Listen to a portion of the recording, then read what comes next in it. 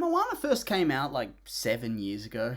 Oh, 7 years? Where's all the time going? At this rate, I'll be an old man before you can blink. But yeah, when Moana first came out all those years ago, it very much felt like a game changer, ushering in a new era for Walt Disney Animation, and the direction they'd be taking the company in terms of, well, creative decisions at the very least, exploring new cultures, championing representation and telling new stories that starts to move away from the Anglosphere, or the Eurosphere, I guess. It was well received by both critics and audiences, scoring a 95% and an 89% score on Rotten Tomatoes in those two categories, and it did well enough for the box office, bringing in a gross of $682 million off a budget of up to $175 million. It was Oscar nominated for Best Song and for Best Animated Feature, and really was once again just another step forward for the company in terms of animation quality, whilst also having a killer soundtrack that really gets stuck in your head. Not too shabby if you ask me. All in a day's work. And hell, in terms of writing, I do think this was one of Disney's last great films, except for Encanto. And I mean, it's not that their recent offerings have been bad, except for Strange World, which was,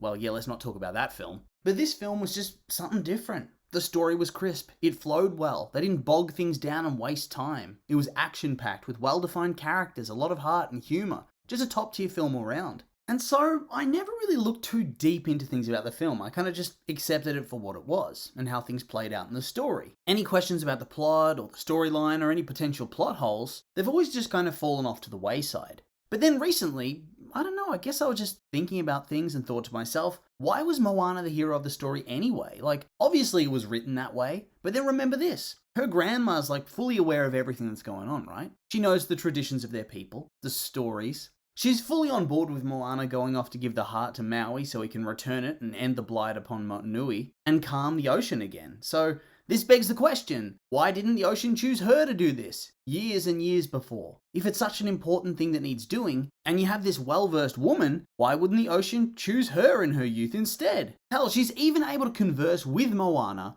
after her death, which, I feel like that's not something your average pleb is able to achieve. This old lady's serious business, so why wouldn't she be the champion? Why not restore things before everything gets worse? Why would the ocean do that beyond, for the sake of the plot? And then I started thinking, what if she was chosen at some point but simply didn't succeed? Would that be something that was possible? Something that could happen in the story? And so I tried to look at Moana's story and see if I could see any parallels or potential points of comparison that we could work with to see if we could piece together some sort of hidden backstory or theory. Okay, so as a baby, Moana finds herself drawn to the sea, to the waves, and they find themselves drawn right back to her. And thus, she's chosen as their champion. She's not born that way, she's not born special, she's chosen based on, well, I guess both based on the traits that she had, even then as a little baby, but beyond that, I'm sure there's some sort of prophecy sort of thing that's going on, and the ocean can kind of see her future path. And if not, well, I guess not many people on the island were so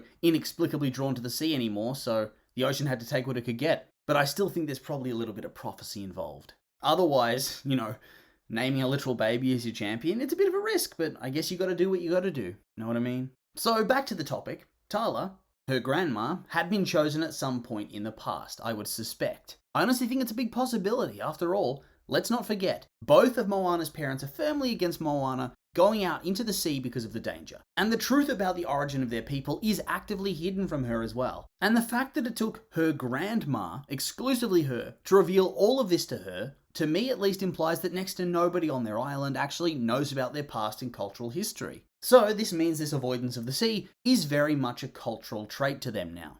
I mean, they have been on that island for 1,000 years. And thus, people like Moana or Tala who want to go beyond the reef are very rare. Very rare indeed. So now, we gotta take a look at Moana's personal journey on the island. Part of her early arc before she leaves Motunui is that she's facing a lot of external pressure to change who she is as a person. While she wants to be an adventurer on the high seas, that's not what her family and her people are expecting of her. They want her to become the successor that her father and their people kind of need. They want her to stay on the island forever, learn to lead, learn to command, realistically to get married and continue their line, and help secure the future of the island. She faces a lot of guilting, both external and internal, over the course of that early section of the film. And who's always on her side? Her grandma. Maybe because she faced something similar. But unlike Moana, she didn't have anybody to turn to. Remember, whenever Moana has doubts about herself and the path she's taking, Nan's there to help talk her around. After those fights with her dad early on, her grandma shows her the secret cabin filled with old ships. Proof that their people were once more than this. that they have a future out there on the sea if they return the heart. When Moana doesn't know what to do, Tala, on her deathbed, encourages Moana to go out and find her own destiny, which prompts her to set sail with the heart to try to find Maui and save the day. And then, after Maui briefly abandons her, she tries to give back the heart to the ocean and give up on the quest. It's Tala's spirit that returns and encourages her once more to continue to fight and not give up. And thus, it gets her to save the day in the end. That's a lot of encouragement from somebody whose entire culture revolves around ocean bad, stay away from the ocean, you should never sail beyond the reef because it's too dangerous. And so, I think I rather like the idea of Tala's life being the sad parallel to Moana's. She, like her granddaughter, was taught that their people belonged on the island exclusively and they were not meant to leave. But she feels differently than the rest, and she discovers the wayfinding history of their people, and perhaps was even chosen as the champion of the sea like Moana was and given the heart. But she had nobody to support her. Nobody else on the island who thought like she did. And so, when she encountered doubters or people who wanted her to give up on her dreams, she did end up crumbling with the pressure and giving in to the wishes of her family and people. She got married, she had a family and so on, and I really like that parallel because it shows what would happen to Moana if she gives up and stays on the island. If she had not taken that chance or had nobody to support her, I think she still would have had a fulfilling life, just like her grandma seems to have had.